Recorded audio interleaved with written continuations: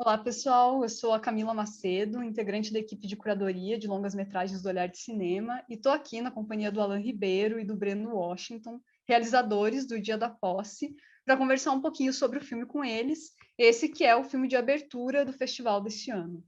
Então, eu queria começar agradecendo, obviamente, né, pela participação de vocês, pela disponibilidade da gente estar aqui conversando. Infelizmente, não como a gente gostaria que fosse, né, nas salas de cinema, no corpo a corpo, presencialmente, mas que bom que, pelo menos, através das telas e dos contatos online, o que tem tanto a ver também com o filme, a gente pode ter essa conversa. E agradeço também pensando, né, que é a estreia como ator e roteirista do Brendo, então muito legal recebê-lo aqui no Olhar de Cinema, mas, e por sua vez, muito feliz e muito, digo em nome de toda a equipe, de receber o Alan nesse que é um retorno seu ao festival, né, já que você já esteve aqui nas edições de 2013, de 2015, e aí sim, nas salas de cinema, com seus dois longas anteriores, o Esse Amor que Nos Consome e Mais do que Eu Possa Me Reconhecer. Já para começar, né, a nossa conversa, pensando num ponto de partida, eu vi que muito recentemente mesmo, agora em junho, o Museu de Arte Moderna do Rio de Janeiro realizou uma retrospectiva chamada Alan Ribeiro, 20 anos de cinema. E lendo sobre os programas da mostra e o modo como ela foi organizada e como se escreveu e se conversou sobre ela mesmo, eu percebi que alguns dos pontos que se destacam nos curtas-metragens e nos filmes anteriores são alguns elementos que, para mim, parecem aparecer na sua radicalidade no Dia da Posse. Tanto a questão dos curtas, né, que são ambientados nesse espaço doméstico, do dia a dia da casa mesmo, quanto um outro programa que eles chamaram, se eu não me engano, inclusive, de Retratos e Encontros, mas que destacava esse aspecto, né, da sua obra, dessa disponibilidade aos encontros mesmo, e de construir um cinema que se faz na partilha criativa, né, e embaralhando um pouco essa figura de cineasta e aquelas pessoas que são retratadas. E quando eu digo que eu acho que o Dia da Posse traz essas duas características numa radicalidade, é porque, além das negociações, né, e das partilhas que envolvem a feitura do filme, também estavam postas essas negociações e esses compartilhamentos nessa vivência tão particular e intensa que é do confinamento dentro de casa, né, do dia a dia mesmo estabelecido entre vocês dois. E aí, usando inclusive um vocabulário bastante pandêmico, né, eu queria saber um pouco sobre essa contaminação entre o cotidiano e a realização do filme, pensando nessas misturas entre vida e cinema, assim, e como cada um de vocês, né, foi vivenciando isso e da onde que isso parte, enfim, no caso específico desse projeto. Deixa eu começar, Breno. O... Não, muito legal você ter visto lá o texto que eles escreveram no MAN, porque, assim, aquela retrospectiva começa nos curtas da faculdade, né? E, por acaso, quando eles convidaram para a retrospectiva, a gente viu que já tinham 20 anos do primeiro filme. E eu, de fato, tinha ali na faculdade coisas que eu estava experimentando. Experimentando não, eu estava aprendendo, estava estudando. Então tem muitos formatos diferentes, narrativas diferentes, embora eu acho que dê para enxergar ali alguma coisa, porque é a mesma pessoa que está por trás, né? Só que os filmes mais recentes, incluindo os dois longas anteriores, eles partem nesse sentido de filmes através de encontros. E esse filme com o Brendo eu já queria fazer, mesmo independente da pandemia, porque eu achava ele um personagem mesmo.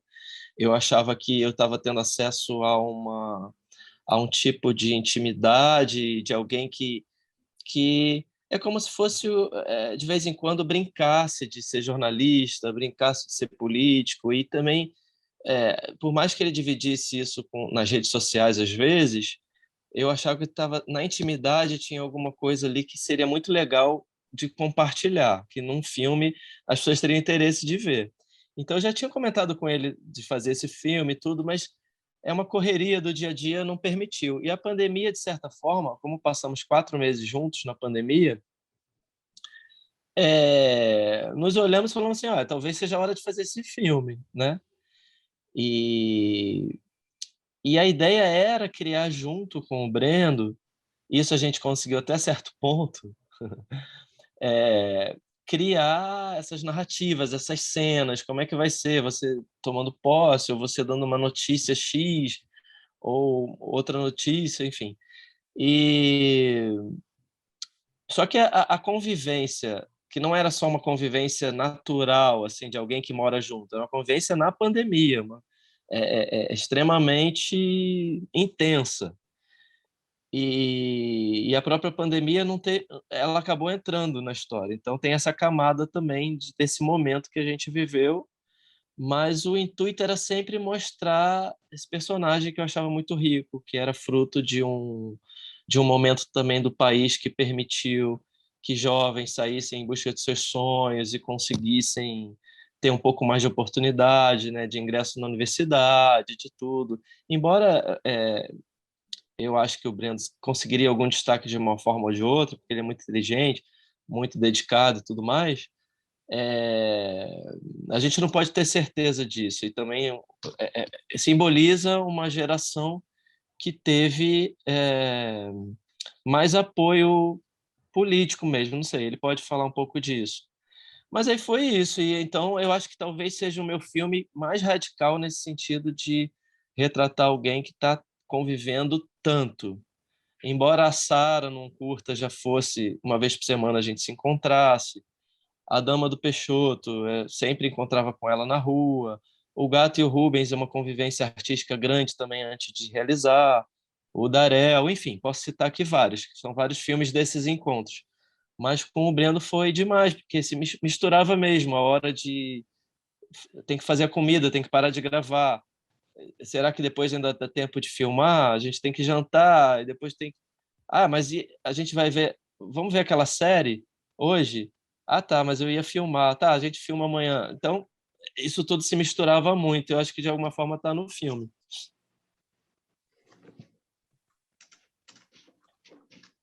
Quer falar um pouquinho, Breno? O Breno está estudando, lidando ali com as outras atividades. É, tá bem parecido com o filme, né? Tô vendo aqui me escrever. Enfim, mas assim, eu acho que é bem isso que o Alan falou. Compartilhei muito desse sentimento de essa zona entre a gravação e o cotidiano, ela foi muito tênue, né? Talvez esse seja o ponto mais desafiador, porque foi um momento excepcional da minha própria vida, da vida do Alan e da vida, acho que do mundo inteiro, né? Nunca a gente enfrentou um momento de confinamento. Eu lembro que até no começo eu falava para ele, a gente está vivendo uma situação limite, né? Então talvez essa tenha sido uma característica que se projetou muito no filme, que torna interessante as cenas, e justamente isso, assim, de tentar trazer para o improviso, né, porque eu não tenho nenhuma técnica, não tenho nenhuma formação, né, como ator, nada disso, trazer para o improviso esse caldo de emoções que a pandemia trouxe para a gente, né? O Alan é um amigo de longa data, né? Conheço há muito tempo, praticamente desde que eu cheguei no Rio de Janeiro, já conheço o Alan, é um amigo. E essa convivência, né, que a gente tem há muito tempo, também ajudou para que ele projetasse qual seria o tipo o material que ele queria coletar de mim. Por mais que ele quisesse uma coisa muito espontânea, mas ele já tem, como dá para ver no filme, ele tem a coisa de como dirigir. Só que talvez eu acho que nem ele imaginasse que essa direção fosse se dar num momento tão excepcional quanto a pandemia. Então, eu acho que o momento em si colaborou muito para que o resultado fosse o que foi, de trazer ali uma... imagina, você está na pandemia, eu no penúltimo ano da faculdade, esperando tomar posse num concurso, ia fazer um concurso, o filme... a ideia de posse vem justamente disso, né? Eu estou esperando a posse no concurso. E aí vem uma lei federal, suspende o concurso, vem uma crise econômica, vem a pandemia, e toda aquela ansiedade, aquela vontade de ouvir nos jornais um panorama diferente do que eu estava vendo, fez com que esse meu personagem jornalista ele aflorasse talvez com mais intensidade. E é interessante isso, porque eu até comecei a fazer a graduação de comunicação social lá no meu estado, na Bahia, né? Mas aí eu queria fazer direito porque imaginei que fosse me garantir uma estabilidade econômica antes, para depois voltar para a comunicação social, talvez, mas acabou que eu me encontrei bem no direito e encontrei juntar os dois. Então é isso, eu acho que o momento excepcional da pandemia fez com que essa zona entre a ficção, não é nem ficção, né? Entre o preparo ali cênico e o dia a dia fosse algo extremamente interessante. Eu vou querer retomar essa questão de como a pandemia, né, não só parece que possibilita o filme ser do modo como ele acontece, mas também pensando como ela aparece no filme. Mas antes disso, queria aproveitar um gancho de algo que você fala, Brendo, sobre essa questão de que já existia um olhar prévio, né, de diretor do Alain, que já dava esses contornos a você como personagem, mas que aí na hora de fazer o filme em si, isso também vai sendo reconfigurado ou remodulado. E aí isso me remete a uma fala sua em uma das conversas, né, entre vocês que é registrada, que é quando você fala de quando você se soube pobre e que primeiro alguém te nomeou, né? Alguém disse que você era pobre para que você pudesse se reconhecer, né, nisso e se entendendo a partir dessa nomeação, que é basicamente, em geral, como funciona, né? Nosso processo de formação e de identificação no nosso próprio nome. Primeiro alguém vem e nos nomeia, depois a gente se reconhece ou não nesse modo de ser nomeado. E aí eu fiquei pensando sobre essa relação quando a gente está falando justamente dessa construção de um personagem, que é o personagem de um filme, mas que é também o Brendo, né? E dessa relação do olhar de um diretor, de um amigo, né, de um cineasta, do Alain, dando, contornando mesmo essa figura e o seu processo criativo nessa construção também, e de reconhecimento ou não a partir desse olhar. Até porque, à medida em que o Alain te olha, você também devolve, né? Você também, muitas vezes, coloca ele em cena a partir do seu olhar sobre ele, assim, no modo como você responde, como vocês argumentam, como eventualmente brigam, enfim. E queria entender um pouco dessa dinâmica, assim, também. Eu vou falar rapidinho para depois para não falar, mas exatamente tinha muito disso. Eu lembro que assim, ele até briga comigo, ele fala: no filme todo mundo vai te amar, mas se eu mostrasse as cenas cortadas, o filme não iria chamar o dia da posse, iria chamar o dia do impeachment, porque aí eu até brinco, né? Eu falo, mano, olha como é que você é um bom diretor. Foi até capaz de fazer um presidente em queda de popularidade conseguir uma reeleição, né? Eu até bato na madeira para que isso não se projete para o nosso universo. Mas tinha muito disso. Eu lembro que eu falava para ele assim: você é um ditador, você quer me controlar, você tem que entender que eu sou vivo, eu não sou um fruto de um roteiro seu, eu sou um personagem que tem alma própria. Eu brincava, né? Justamente nisso, porque talvez a imagem que ele tivesse de mim, até mesmo por me conhecer, contrastasse muito com o que ele conseguiu colher nesse contexto de pandemia. A gente até teve vários debates veja bem, eu sou Alain, né? Eu sou um homem branco, diretor de cinema, dirigindo um personagem negro, né, que tem origens humildes e tal. Como é que isso vai soar? Não vai parecer que eu estou querendo usar o que eles chamam, né, de síndrome do homem branco, herói, salvador e tal. Não vai soar clichê. E a gente se permitiu justamente fugir de todos esses, digamos assim, roteiros pré-prontos, numa criação bem livre, uma coisa bem dinâmica, que saísse dessa dicotomia, né? O diretor com o personagem, o, o homem que está de trás da câmera com o que está depois, o observador com a figura, o espectador. Então, eu acho que há justamente essa relação que se retroalimenta muito da composição do personagem também passar por esse processo de, às vezes, tentar ser algo mais reativo, não algo tão passivo, como decorar um texto, como fazer até um caco, né? Que é quando você faz uma adaptação no texto. Então, eu acho que isso tem um pouco, sim, né? E é isso. Olha, ouvindo o Breno falar, assim, o filme teve várias estratégias mesmo, assim, de filmar. O bom é que eu acho que a gente conseguiu tirar dessa vivência coisas que provavelmente um filme convencional seria difícil de tirar, né? Que assim, o momento de fato de estar com sono, de estar cansado já de fazer o filme, o momento de acordar, o momento de já, tanta repetição que você já está bocejando, esqueceu que a câmera está ligada. Mas esse jogo assim com o Breno de tentar trazer ele para a criação do filme, e às vezes ele vinha de forma, vamos dizer assim, como se fosse um roteiro mais clássico, vamos pensar o roteiro, e às vezes ele vinha em cena mesmo com alguma proposta. Então cada cena era uma estratégia que eu tinha que mudar. Como ele mesmo fala no filme, ele é muito retado, né? Então, aproveitar o momento que ele está mais calmo para fazer certa cena.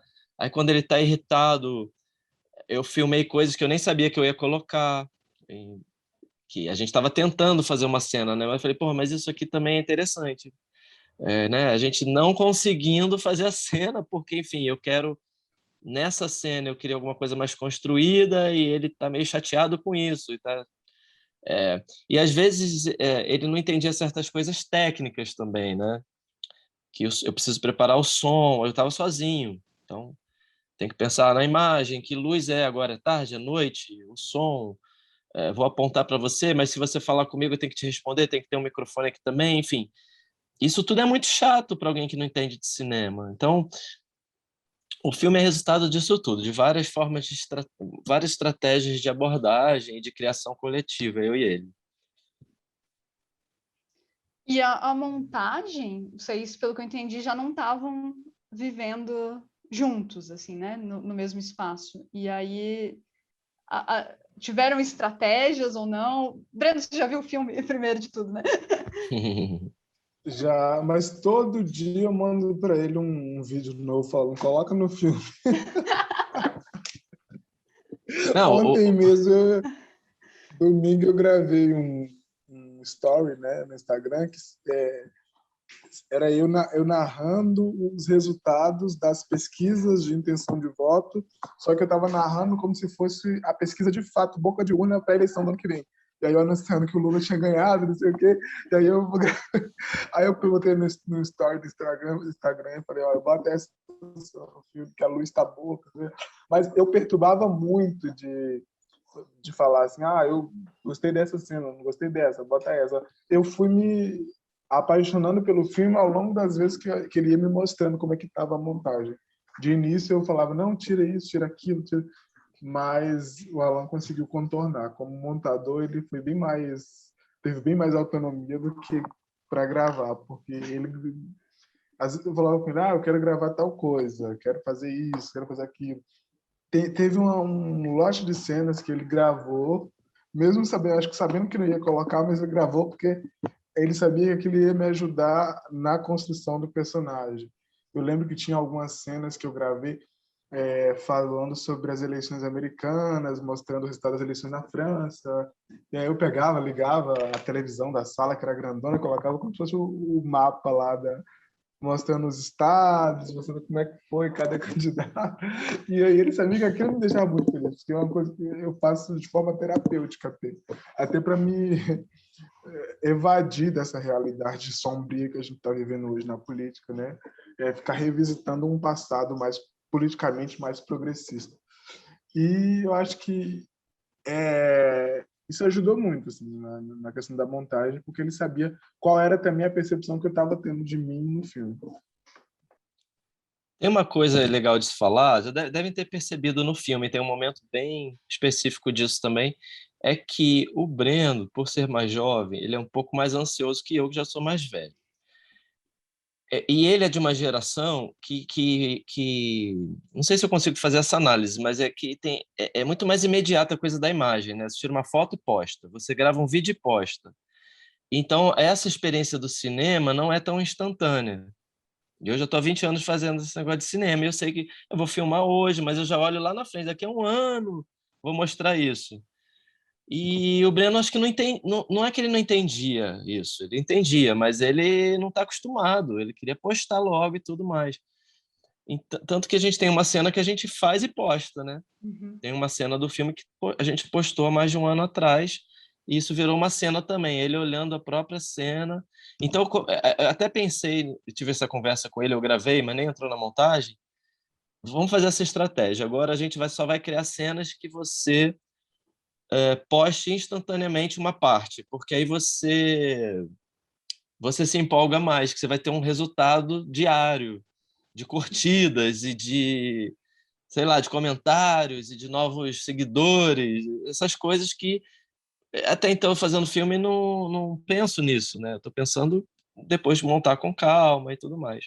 Mas a montagem foi separada, sim, foi bem depois. A gente ficou 4 meses morando juntos no início da pandemia e eu fui montar esse ano. Então, sei lá, pelo menos meio ano depois que eu comecei a pegar as imagens e tentar entender como é que ia ser e tal. Eu imaginei que tivesse esse tempo, até, né, pelo momento em que o filme vai estrear, assim, mas também porque imaginando que estando tão profundamente imerso, né, nessa rotina, nessa dinâmica, ainda que se tivesse esse exercício de ir montando ao longo das filmagens, até para que o Brendo pudesse ir assistindo, vocês, né, reformulando, imaginei que tinha uma outra camada, mas eu acho muito interessante o modo como, a partir disso, se incorpora um pouco dessa linguagem do audiovisual mais da internet no filme, num momento em que faz todo sentido olhar para isso, assim, né? Porque a gente está vivendo uma profusão dessas janelinhas e dessas relações mediadas que nem a gente está aqui agora, assim, né? Se olhando na tela do computador e porque aí eu acho que é um momento em que aparece com muita força também um lado diretor do Brendo, assim, né? Na hora que vocês começam a divergir ali sobre como que vai ser esse vídeo que vai ser postado imediatamente na internet. Mas estão aproveitando, inclusive, esse gancho da coisa das telas e tal, eu queria falar um pouco sobre, então, né, isso que está o tempo inteiro aparecendo e atravessando a nossa conversa, que eu acho que é incontornável mesmo da gente tocar no assunto, que é a questão da pandemia. Porque um dos aspectos que nos encantou muito da comissão de seleção, né, com relação ao dia da posse, é o modo como vocês conseguem fazer do contexto quarentena, digamos assim, de uma estética quarentener, vamos falar assim, né?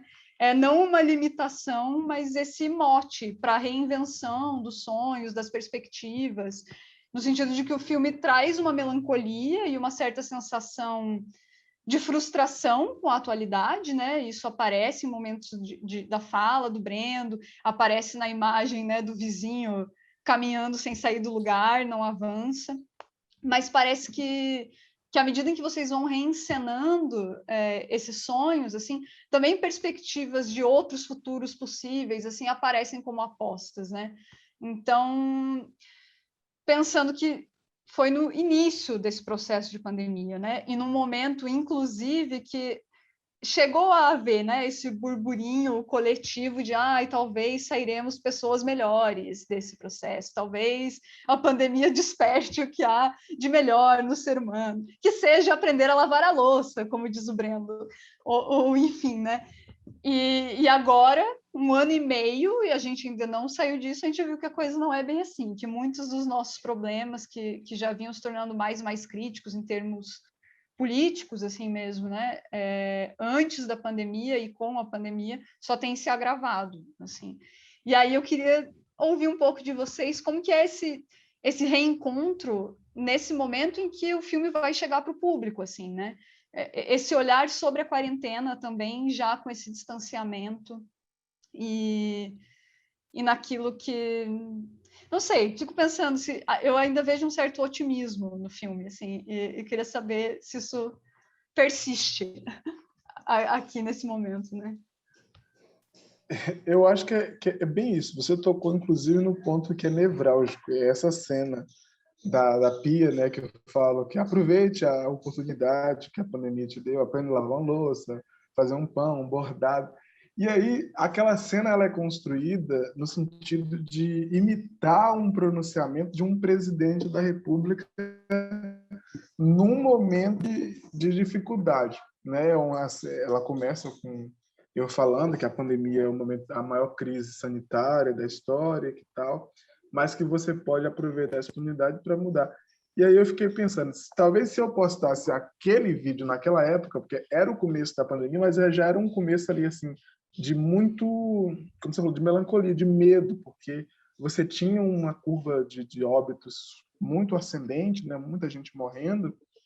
E eu falei, isso aqui tá meio parecido até com um deboche. Eu falei, se eu postar isso aqui hoje, eu vou ser massacrado, porque tá parecendo um deboche, parece que eu tô brincando. E ao mesmo tempo que era também uma projeção minha de esperar que as autoridades fizessem um processo encorajado como aquele.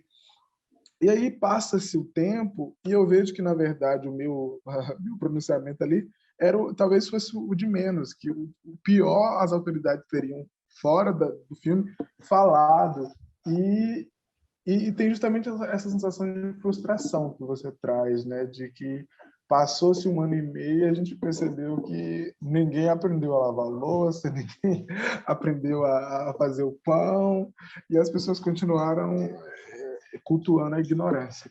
Então, eu acho que aquela cena em si, ela reflete naquele momento essa minha esperança de que a pandemia não fosse ter só um saldo de vida, um saldo negativo em relação aos óbitos, mas que as pessoas tivessem uma mudança cultural. Mas, infelizmente, isso não tem se confirmado.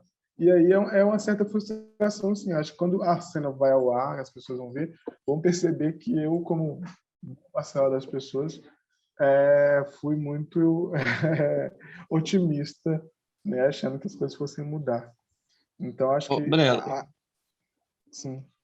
essa sua cena eu acho bastante debochado o jeito que você fala, bem irônico, assim. Não dá para levar muito a sério as dicas que você dá.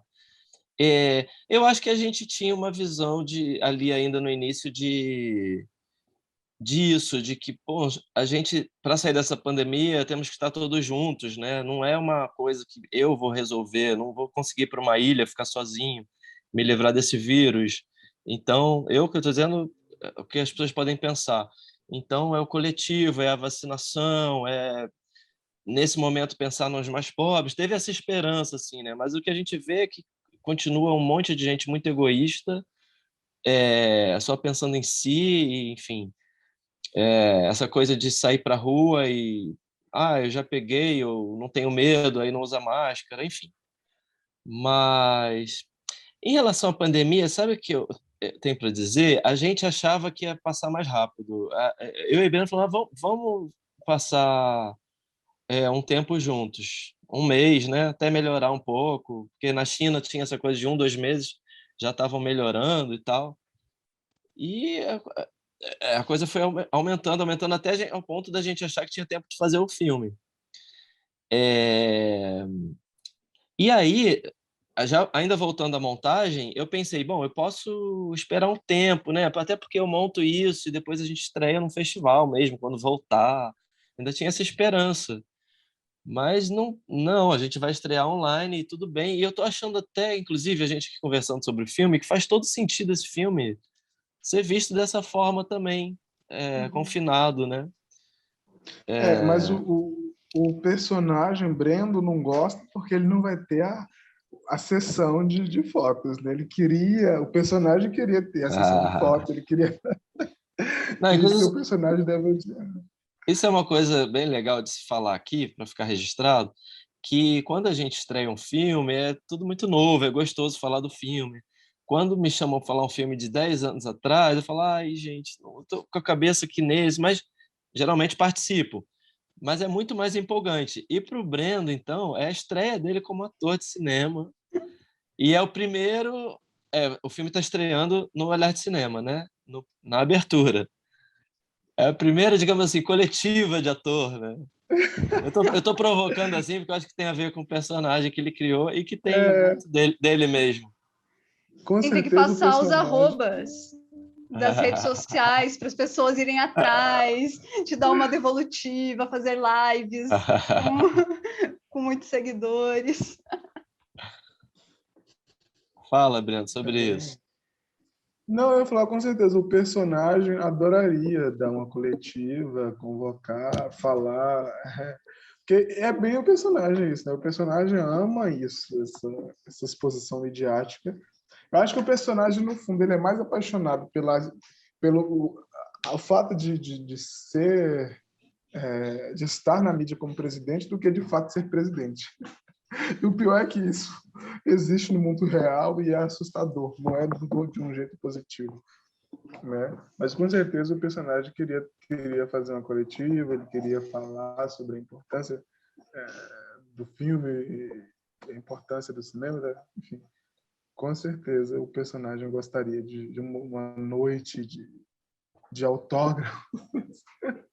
Autógrafos não, como é que é o nome, gente? Depois que passa o filme, como é que tem o debate, né? Então, é bem a cara do personagem isso. E falando nisso, a gente está chegando, né, no nosso tempo. Então, eu queria fazer uma proposta de convidar o Alan para fazer suas considerações finais e convidar o personagem Brendo para fazer o seu pronunciamento de encerramento e de estreia, né? Deixa eu ir primeiro, então, porque o pronunciamento vai ser uma coisa ótima para fechar, né? Aí ele vai preparando também. Eu acho muito legal que a gente conversou sobre isso no filme e tem até essas falas lá, né? Dessa diferença mesmo de personagens, que eu também estou um diretor personagem, que sou eu mesmo, mas é um personagem ao mesmo tempo, e do personagem Brendo também. É bem legal porque para mim isso é uma coisa que já está muito na minha cabeça, que a gente pensa cinema o tempo todo, né? Estudou, faz, vê filme, debate.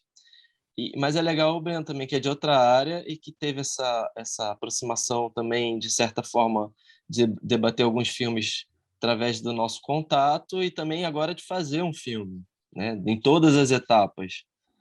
Então, olha, só dizer assim que a gente grava esse debate antes, né? Antes do festival. Então, estou na expectativa dessa estreia, assim, é muito legal completar um ciclo, né? Ficou esse tempo todo no HD parado ali, a gente consegue montar e mostrar. E na expectativa de saber como que vai ser isso de mostrar um filme online, que é a primeira vez que eu estreio um filme assim. E agradecer o festival e é isso, vamos ver o que acontece com o filme. Te agradecer pelo debate, pelo olhar em relação ao filme e agradecer ao Breno pelo companheirismo aí, pelo trabalho em equipe, pelas brigas, pelas coisas que a gente construiu junto. Acho que fez um filme que é bem bacana desse retrato desse momento. Agora o seu.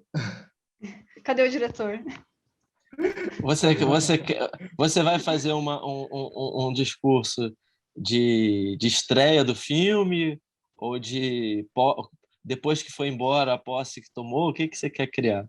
Porque o Breno, como ele Não, falou, ele me manda sempre ideias novas, né?